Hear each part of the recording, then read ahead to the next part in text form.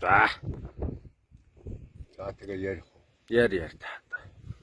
За яг одоо энэ намрын доцрын 10 тонны шөнө одоо нэг аян цагаан гэдэг хайрхан дээр гарч одоо 6 сумын малчид цуглаж одоо тэнгэр хангаага харлаа тэгээд цагийн байдал өгөөд нэг орд өнгөрдөг жилиг одоо ямар ч хийвэл байх. Зод олчихгүй юм бол гэж тэгээд таамаглалаа.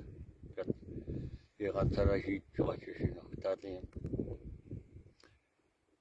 баасан жуугаа болгон савга энтгтэй хэлэмээ авалцаа тэгээд сугаараа дүгнэлт хийсэн одоо тэгээд юунд нэг жоохон салхитай сонлоо тэгээд ямар ч их урдталдан бол нэг ойрхонтой бол айхтар цасны аюулгүй говьд одоо их хоолног цас үйд магадгүй юм.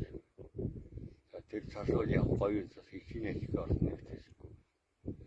Юунд тэгээд нэг гайгүй үйл болох хаа гэсэн. Дүгнэлтэлгээ тэтэ гаргаж.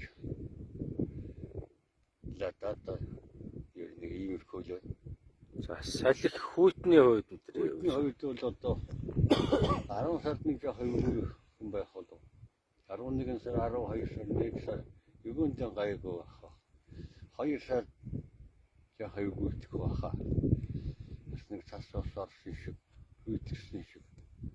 Тиймэрхүү болж магадгүй л биштэй болов гэж. Миний таамаг шүү дээ тэр бол. За.